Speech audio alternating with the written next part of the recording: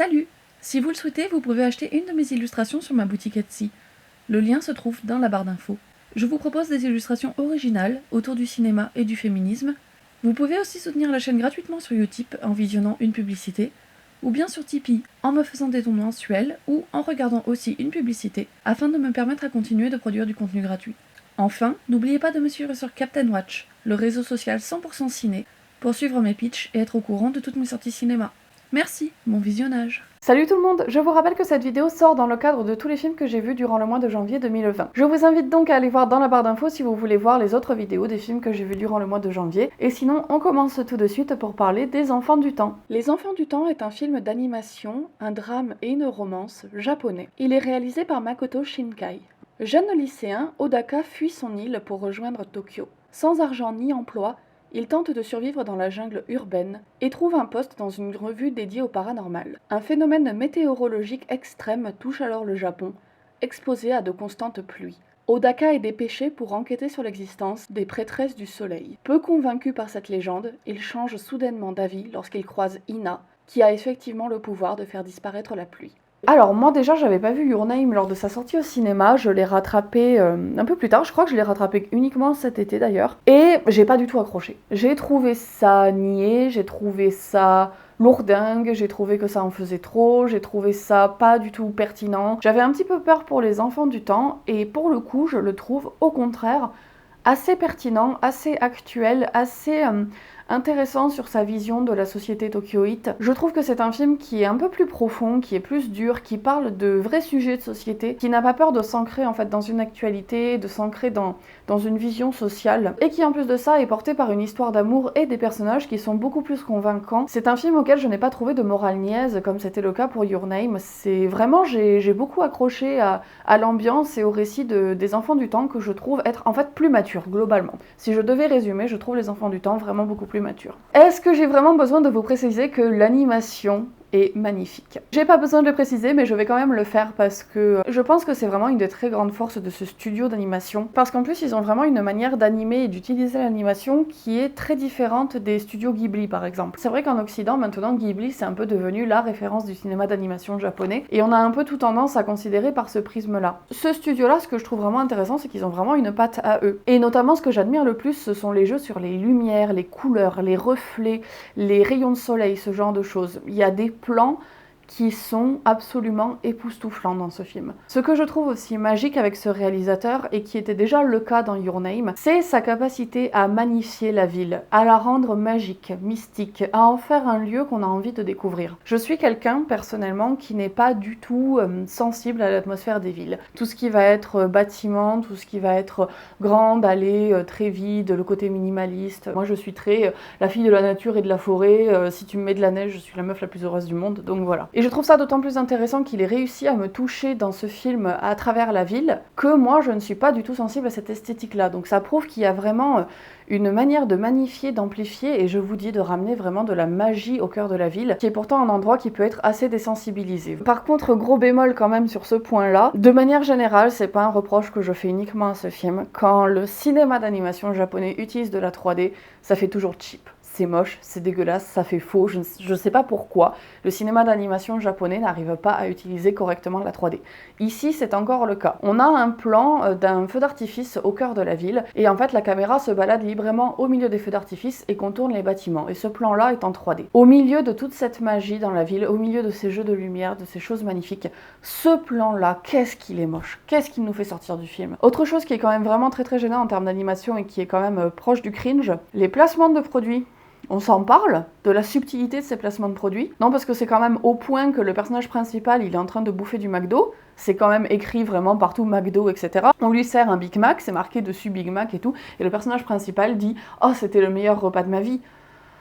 Je vous jure qu'à ce moment-là, on s'est regardé avec Antoine, on a levé les yeux au ciel en mode mais putain, la subtilité quoi. À la limite, il y a des placements de produits qui sont un peu plus discrets pour Apple par exemple. Bon, tous les personnages ont des iPhones ou des iPads ou des des Macs. Ça ancre aussi le film dans une certaine réalité. C'est des placements de produits qui peuvent être intéressants aussi pour ça, parce qu'on sent que le film se déroule vraiment à Tokyo de nos jours avec des vraies marques. Bon, ça peut se justifier dans cette démarche-là de réalisme, pourquoi pas. Mais quand même, des fois, c'était assez grossier. Il y avait des plans dans la ville où on avait l'impression d'assister juste à une publicité géante pour du McDo, ce genre de trucs, qui sont des plans gratuits uniquement faits pour placer un produit.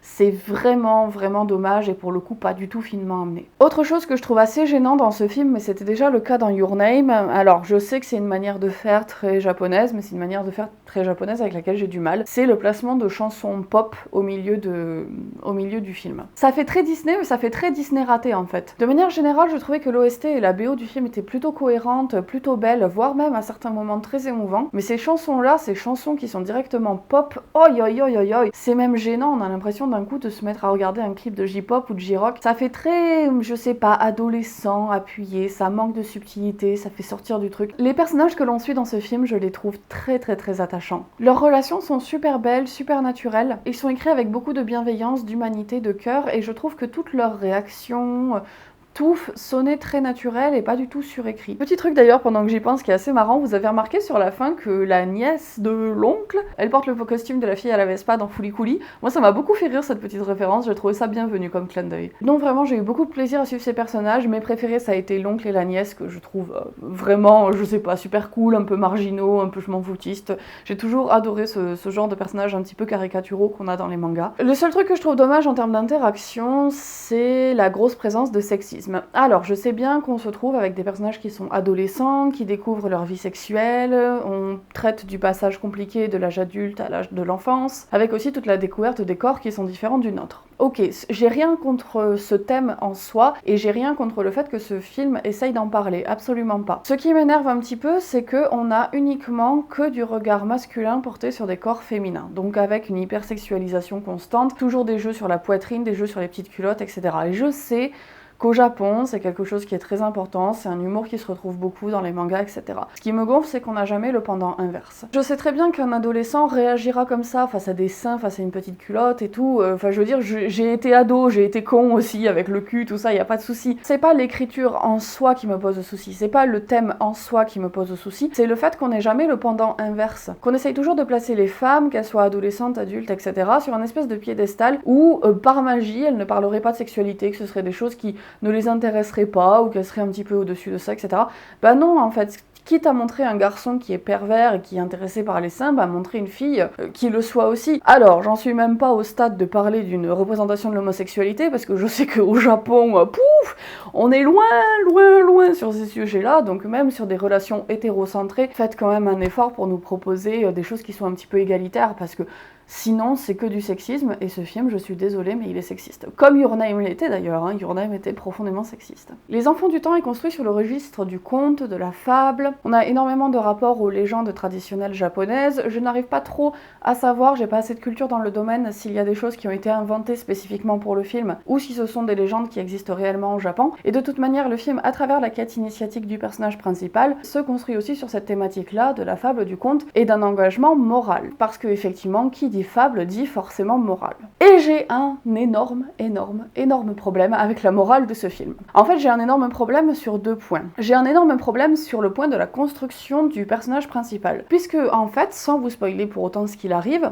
à la fin du film, le personnage principal prend une décision pour lui qui met en danger l'intégralité de la planète. Et le film ne présente pas ça comme étant une conséquence négative, au contraire, on nous dit que le personnage principal est heureux et que c'est tout ce qui compte et qu'il a bien fait de se battre pour son bonheur. Ça me pose énormément de soucis parce que pour moi c'est une morale qui est extrêmement égoïste, extrêmement égocentrée et je trouve que c'est une très mauvaise morale à défendre d'un point de vue personnel. Ce qui est encore plus grave, c'est la morale d'un point de vue politique, puisque ce film, Les Enfants du Temps, il y a un rapport au climat, le climat qui est déréglé, etc. C'est clairement un film qui a des résonances aujourd'hui avec tout le combat contre le réchauffement climatique, le dérèglement climatique. Et que nous dit le film de ça? Le film nous dit très littéralement, puisque c'est dit par un des personnages principaux dans le film, la nature, ça a toujours fait un petit peu n'importe quoi, le climat, ça s'est toujours un petit peu déréglé, il n'y a pas vraiment de responsable, on a juste à s'adapter, nous les humains, c'est pas grave, ça va finir par passer. C'est une morale de climato-sceptiques. Aujourd'hui, les climato-sceptiques, l'un de leurs principaux arguments, c'est de dire que les réchauffements et les dérèglements climatiques ont toujours existé, que l'activité humaine n'a pas plus d'influence que ça sur le dérèglement du climat, et qu'on on est juste en train de vivre une nouvelle ère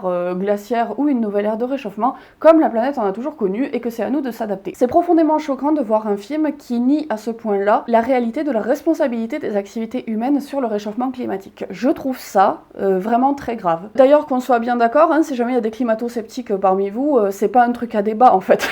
Je veux dire, là je suis pas en train de dire un truc sur lequel je ne suis pas sûre. Il y a énormément de scientifiques qui ont écrit sur le sujet, etc.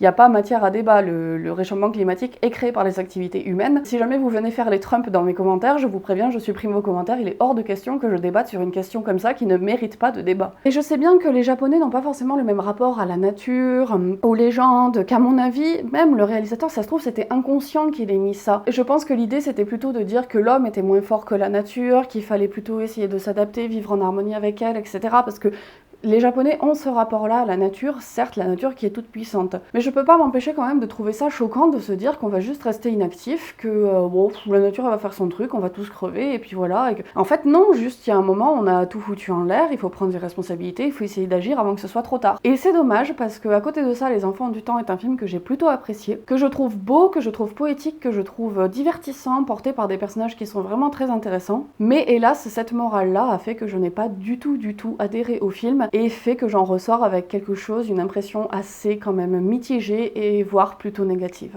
Voilà, ma vidéo sur Les Enfants du Temps est terminée, j'espère que ça vous aura plu. N'hésitez pas comme d'habitude à me suivre sur les réseaux sociaux qui sont dans la barre d'infos. N'hésitez pas aussi à me soutenir gratuitement en regardant une pub sur Tipeee ou sur Utip pour soutenir la chaîne. N'hésitez pas enfin à partager mes vidéos si ce que je vous propose vous plaît. Et quant à moi, je vous retrouve mercredi pour une nouvelle vidéo art et samedi pour une nouvelle vidéo cinéma. Salut!